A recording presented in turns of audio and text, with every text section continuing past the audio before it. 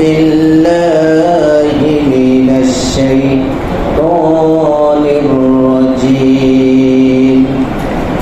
بسم الله الرحمن الرحيم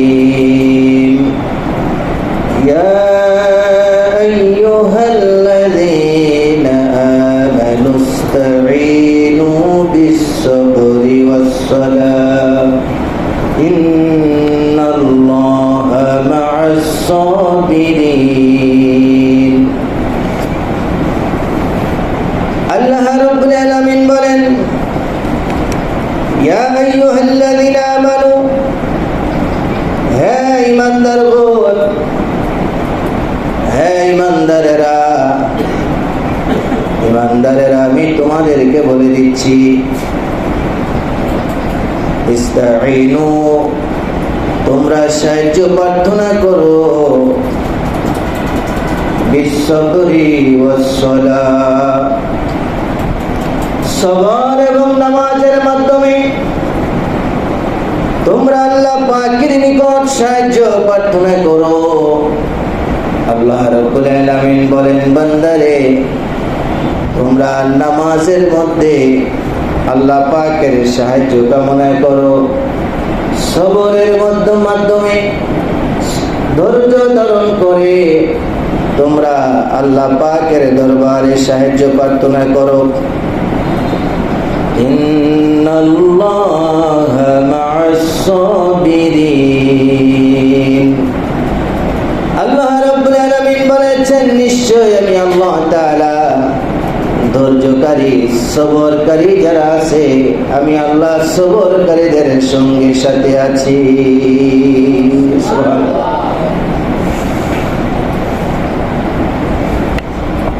আল্লাহ পাক বলেন ইয়া আইয়ুহাল্লাযীনা আমানু হে ঈমানদারগণ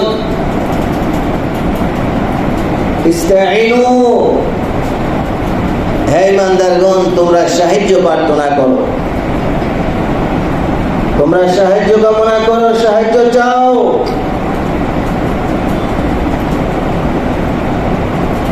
বিসসবরি ওয়াসসালাহ তোমরা সাহায্য প্রার্থনা করো সবর এবং সালাতের মাধ্যমে, সবর এবং সালাতের মাধ্যমে। বলুন না সুবহানাল্লাহ। কয়টা কথা বলেছে? প্রথম বলেছে ইয়া আইয়ুহাল্লাযীনা আমানু হে ঈমানদারগণ। আল্লাহ কাকে ডাক দিয়েছেন? ঈমানদারদেরকে। বলুন কাকে?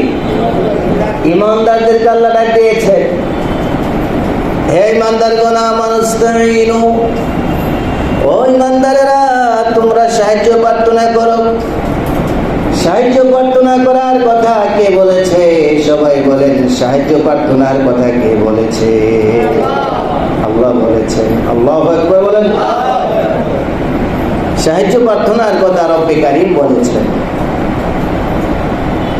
এবার সাহায্য চাইবেন কিসের মাধ্যমে? বলতেছে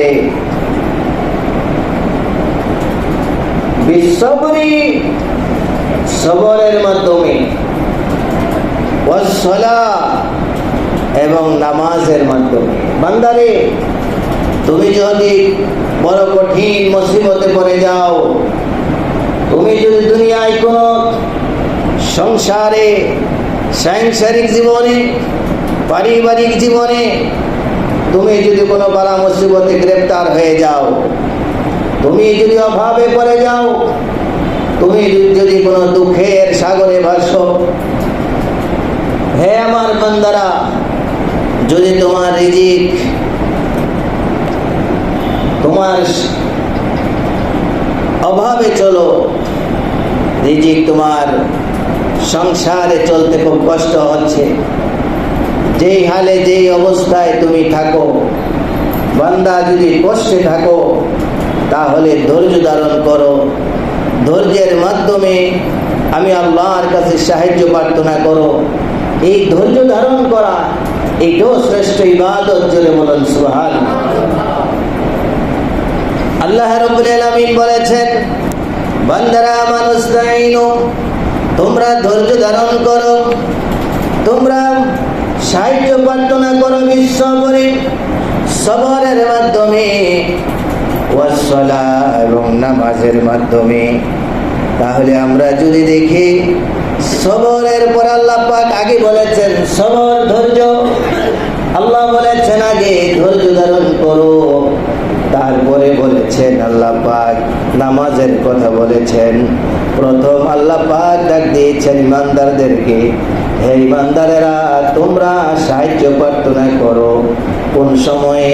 ধৈর্যের মাধ্যমে এবং সবর ধৈর্যের মাধ্যমে, নামাজের মাধ্যমে। সুবহানাল্লাহ বলুন। আল্লাহ রাব্বুল আলামিন বলেন, বান্দা আমি আল্লাহ রাব্বুল আলামিন তোমাদেরকে বলে দিচ্ছি, এই যে তোমরা সাহায্য চাইবা ধৈর্যের মাধ্যমে, সবরের মাধ্যমে, তাহলে ধৈর্য এবং সবর এটা বড় একটা ইবাদত। সুবহানাল্লাহ বলুন। ধৈর্য এবং সবর এটা বড় একটা ইবাদত। কাদের জন্য ইবাদত? আল্লাহ পাক বলেন ইয়া আইয়ুহাল্লাযীনা আমানু। সুবহানাল্লাহ বলুন। আল্লাহ পাক বলেন কাদের জন্য সবর ধৈর্য ইবাদত? আল্লাহ পাক রব্বুল কারীম বলেন ইয়া আইয়ুহাল্লাযীনা আমানু, হে ইমানদারগণ। আল্লাহ ইমানদারদেরকে বলেছেন তোমরা সবর করো, তারপরে দ্বিতীয় নম্বরে বলেছেন আসসালাহ। আল্লাহ পাক আগে গুরুত্ব দিয়েছেন ধৈর্য সবর। ধৈর্য এবং সবরের মাধ্যমে আল্লাহর কাছে সাহায্য চাওয়া। বান্দা যদি কোনো মুসিবতে পড়ে যাও, এই ধৈর্য ধারণ করো, আল্লাহর কাছে সাহায্য চাওয়া, এটাই ইবাদত।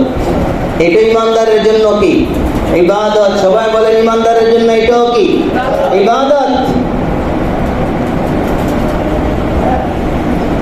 আর নামাজের পরে নামাজের মাধ্যমে আল্লাহ বলেছেন সাহায্য চাওয়ার জন্য। কিসের মাধ্যমে? সবাই আওয়াজ করে বলুন, কিসের মাধ্যমে? নামাজের মাধ্যমে সাহায্য চাওয়ার কথা কে বলেছেন? আওয়াজ করে বলুন, কে? আল্লাহ বলেছেন। তাহলে বান্দা যদি তুমি সাহায্য চাওয়ার প্রয়োজন হয়, মুসিবতে পড়ে যাও, তুমি নামাজে দাঁড়িয়ে যাও।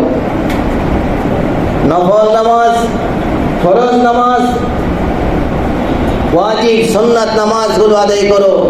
ওই নামাজের মাধ্যমে তুমি আল্লাহ তাআলার দরবারে সাহায্য কামনা করো। নামাজের মাধ্যমে আল্লাহর কাছে তুমি সাহায্য চাও। নামাজের মাধ্যমে তুমি আল্লাহ পাকের দরবারে সাহায্য কামনা করো।